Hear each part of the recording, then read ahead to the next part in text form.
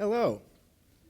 I'm curious, how many people here have had a project or a potential hobby, something you want to try on the back burner, or something you maybe started into a little bit and decided you were no good and quit? If I could see a show of hands, please.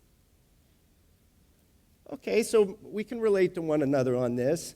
That's been the story of my life, and I'm not really sure where those messages came from. Like, I don't remember anybody telling me stuff like this when I was a little kid. I know I have some friends, maybe it was their parents or older siblings or a teacher or a coach gave them some negative self messages. But, a lot of my life, if somebody would tell me I can't do something, I would get kind of aggressive and say, well, watch me. And I've always been really puzzled as when certain things were offered, like you should try this, or even if I would think myself, like, I want to try this voice up here would be like, no, man, you're not going to be any good at that. Like, so why even bother?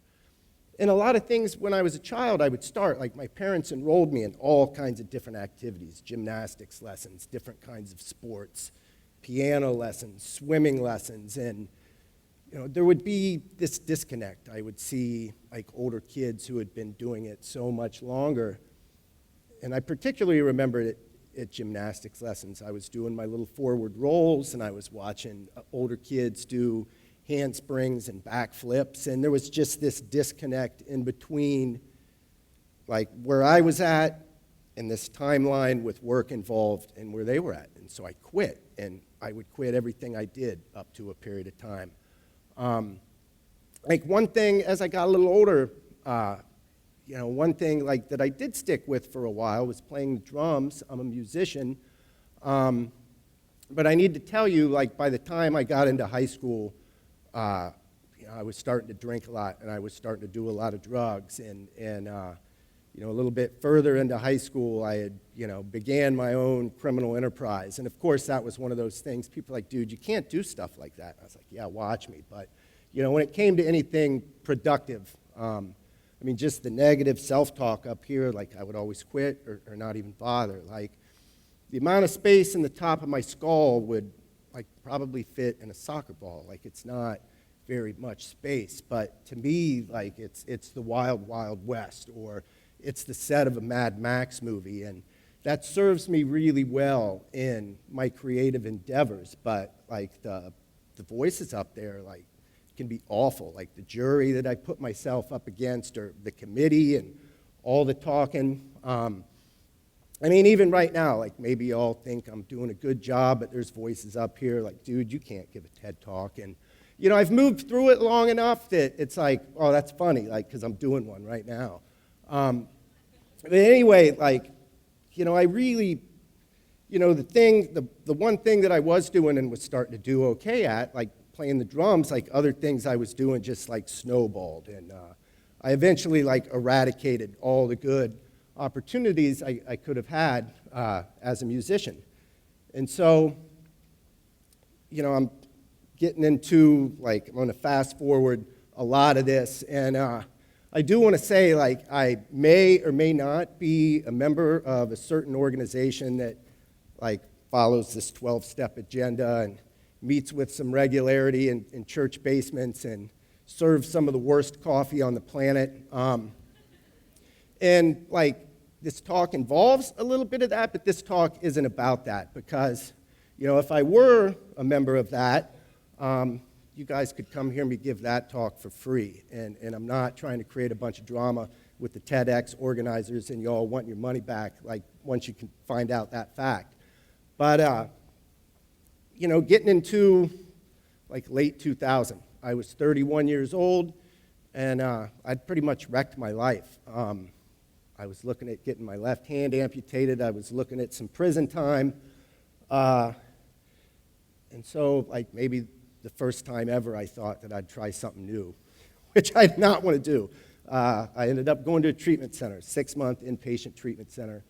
And I really, like, did what I was told to do while I was there. It was not easy. And I look back and I laugh because they really weren't telling me anything crazy. It was like, get up at the same time every day, like be on time to meals, make your bed, like don't be a jerk, don't sass staff, like really simple stuff. But like at that point in time in my life, it seemed impossible. But, you know, I was willing to try something new. And like at the end of that tenure, we had to go apply for jobs. And I didn't even know, I was 31 years old, didn't know how to fill out a job application. And to fast forward things a little bit more, a year later, I mean, I spent a lot of time there. Like I lived close to it, it felt really safe. And I was there a lot. I would do volunteer work, and I got a phone call from a friend of mine who, you know, had the program manager position. He was like, "Man, why don't you come work for us as a counselor's aide?" And it took him, like, in my head, it's like, "Oh, I can't do that. Like, I just don't think I can do it." And fortunately, his persistence, like, he made an offer. He's like, "Look, if it doesn't work out, like, I'll keep you on, like, retainer, you know, if you just want to do, like, different little projects here and there." So I did it. And about a month into that, he put in his 2 weeks' notice. And there's, again, you know, this voice up in my head like, "Man, that looks like a really cool job. Like, you should go talk to the director and tell him you're interested." And then this other voice is like, "Nah, man, that's an adult's job. Like, you can't do that job." And then the other voice over here is like, "Look, you're 32 years old. Like, that qualifies as an adult, so maybe it's time you get an adult's job." And so I went and told the executive director I was interested, and I got the job. And I ended up working there for 7.5 years. And after my first year, I had my first year evaluation. And he said, "What were your goals, you know, within your first year?" And I said, "Not to get fired." And he said, "That's it?" And I'm like, "Yeah, that's it." And he was like, "Well, you far exceeded that." And the same can be said for today. If somebody were to ask me, like, "What are your goals for your TED Talk?" Like, the first thing I thought of is, like, not to get escorted out of the building by the authorities. And you know, and I think about it for a minute, like, oh, hopefully to help somebody. And like, I've got, like, no experience, like, giving a TED Talk, but I probably could get a PhD in, like, being dragged out of places by the cops. And so anyway, a few years into that job, this isn't a work-related story, but, like, it was a new friendship. A local artist, his name's Rob Jones. He's phenomenal. I was just blown away by his artwork, and we bonded over art and music. And we had hung out a couple times, and he and his wife moved, and they had bought a new house. And so it's my first time over there, and I thought you know, he was going to have a beer, I was going to have a soda or some coffee, and, you know, talk and listen to music and just, like, bond and get to know one another. And he's showing me his studio in the basement, and he said, "I need you to paint the door." And I'm like, oh, my God. Like, he might as well have asked me to, like, go take a bath and he was going to watch. Like, I could not imagine, like, anything more uncomfortable. Like, I hadn't worked on any art since, like, junior high art class. And the periods of time when I was younger and would, like, work on a bunch of art at home, like, one day it was the same as everything else. I'm not good at this, I quit. And so I painted the door. And I didn't know how to paint. I kind of drew, like, some outlines, and it's the one here on the left.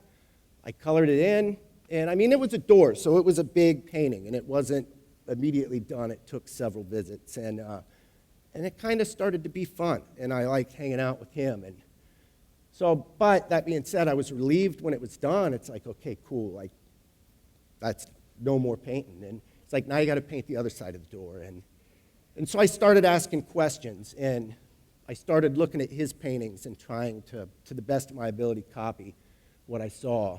And it still didn't take right away. You know, for maybe 5 years, at the end of every year, like, I'd have 2 or 3 paintings at his house.